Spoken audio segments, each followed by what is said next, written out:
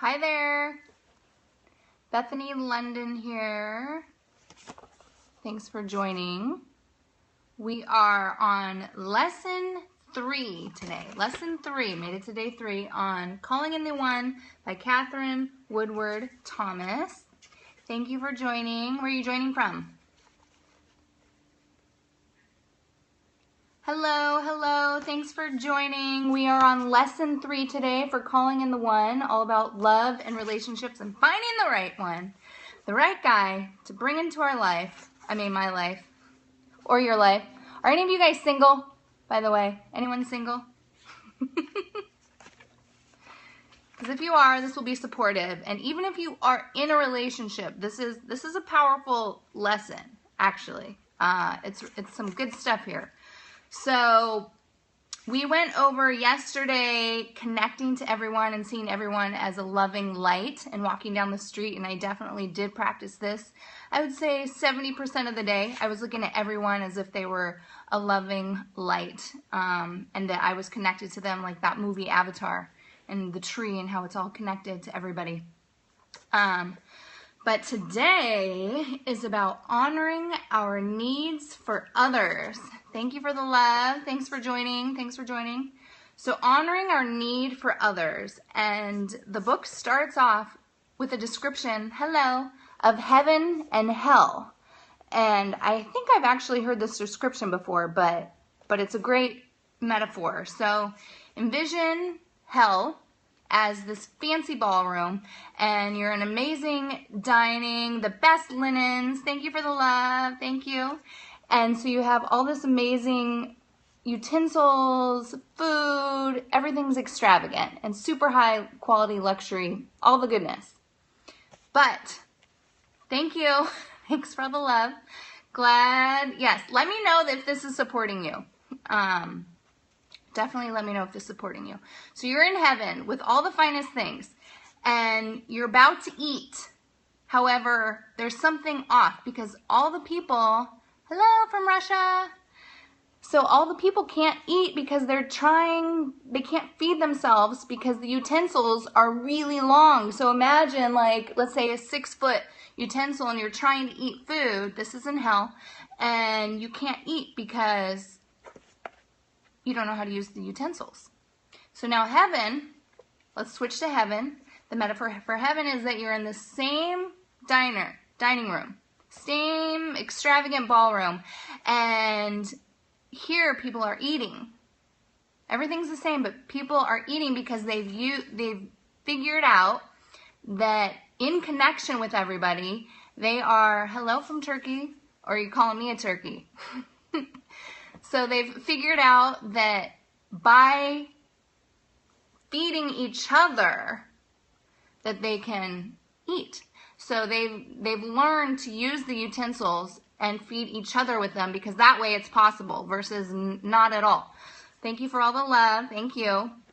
So this lesson today, Calling in the One, is all about honoring our needs for others because we've learned that it's coming from an egotistical place to ask for support, and I struggle with this. In fact, I just did a video on it the other day, so kind of funny, for one of my YouTube channels. But yeah, it's about connecting with people and being in service and support, because when we're connected with people, then we are full. I don't know if you've heard of the 5 love languages, but it's all about having our hearts full, and part of that is having our needs taken care of. But we've decided to push our needs and our wants and our desires to the side and not honor them.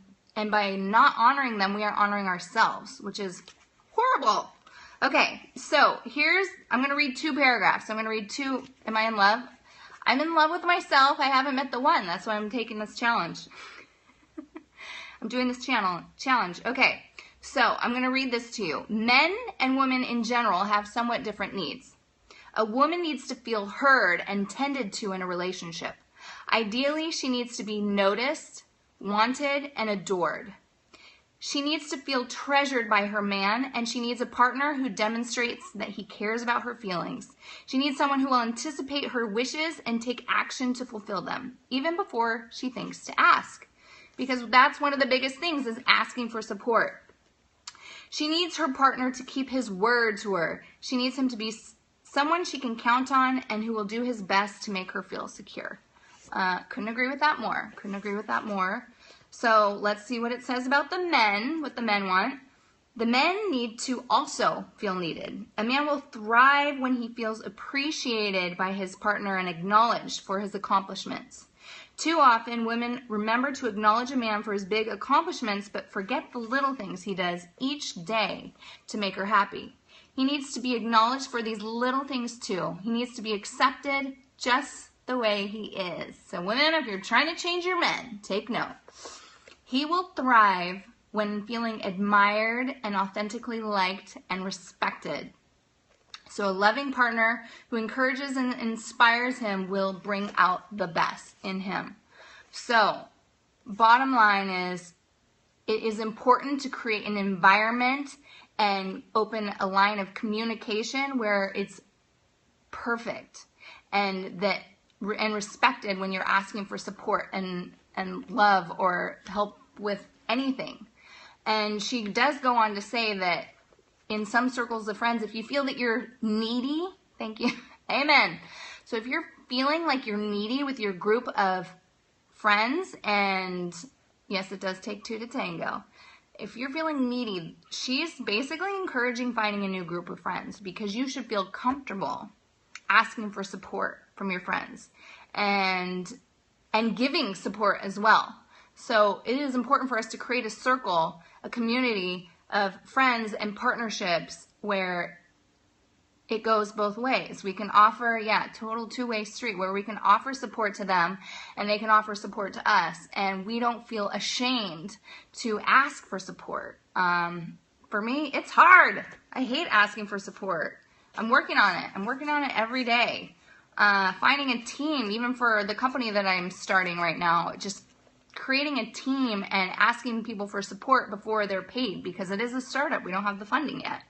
It's a challenge, but I get to come from the place and knowing that people want to be a part of this mission. They want to be a part of the company. They want, or like in friendship or relationship, they want me and I want them. So it's all about being in support of each other and knowing that we are enough.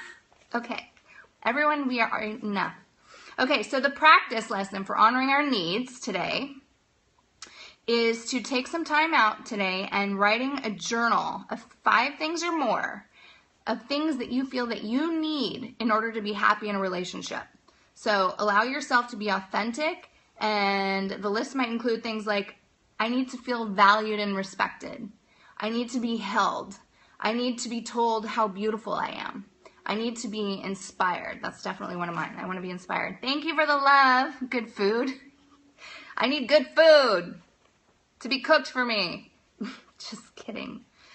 So basically writing a list of needs. And I'm going to be doing this. I'm doing this every single day. So we're on day 3 today.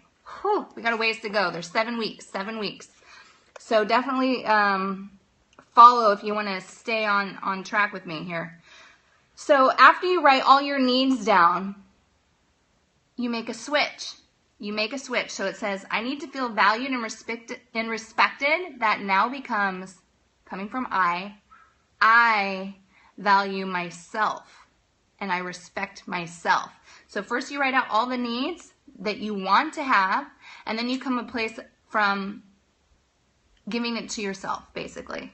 So if you need to be told how beautiful you are, write down, I acknowledge how beautiful I am. And say that to yourself. So if you want to be inspired, write, I inspire myself constantly. I could say that. Going on Periscope is, I'm inspiring myself, stretching here. So yeah, it's coming from a place of I and acknowledging the beauty that you already have. And so taking that one step further in the book, this is lesson 3, is basically writing a love letter to yourself. So writing a love letter as if it were the man or the woman of your dreams, and having them write you the most beautiful love letter. And I have done this before. I think I did it for like 3 weeks straight, every single day. Imagine starting your day off reading a love letter every single day and acknowledging yourself and coming from that. So by acknowledging yourself and spreading the love, thank you for joining, you're going to raise your vibrations. You're going to start off the day like you just had a dance party. Are the first lessons still able to be seen? I don't know. Does Periscope delete the lessons? I'll go over lesson 2 really quick. Lesson 2 was about like the movie Avatar and connecting, how we're all connected, and like hell basically is the fact that we've lost sight of being connected to each other. So lesson 2 is about walking down the street everywhere you are, seeing your neighbors, your family, your friends, and basically reciting the mantra of I am connected to everyone and everything. So imagine, I did this yesterday. Actually, I walked to the beach. I'm here in Marina Del Rey. And I walked to the beach, and every single person I saw, I envisioned them as a loving light. I envisioned their heart glowing and radiating. And it was kind of fun. I have to say, it was kind of fun just seeing everyone as a beautiful light. So coming from the place and meditating on this too with your friends, your close friends, and your family, and even your neighbors. I am connected to everyone and everything. So that was lesson 2. And lesson 1 is repeating the mantra 26 times a day. And with these arm movements, I am open fully to giving and receiving love. I am open fully to giving and receiving love. So that was kind of the takeaway lesson for lesson number 1.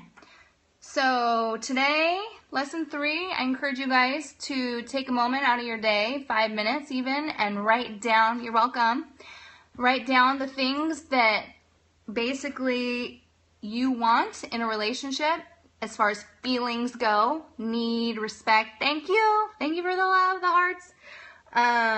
Feeling valued and respected, and then flipping that and saying, I value myself. I respect myself, and coming from a place of I already do this for myself, because if everyone we meet is our mirror, we get to honor ourselves and be what we want to attract. So that was also a touch on lesson number 1. Okay, so tomorrow, lesson number 4, let's see what it is. Love for love's sake.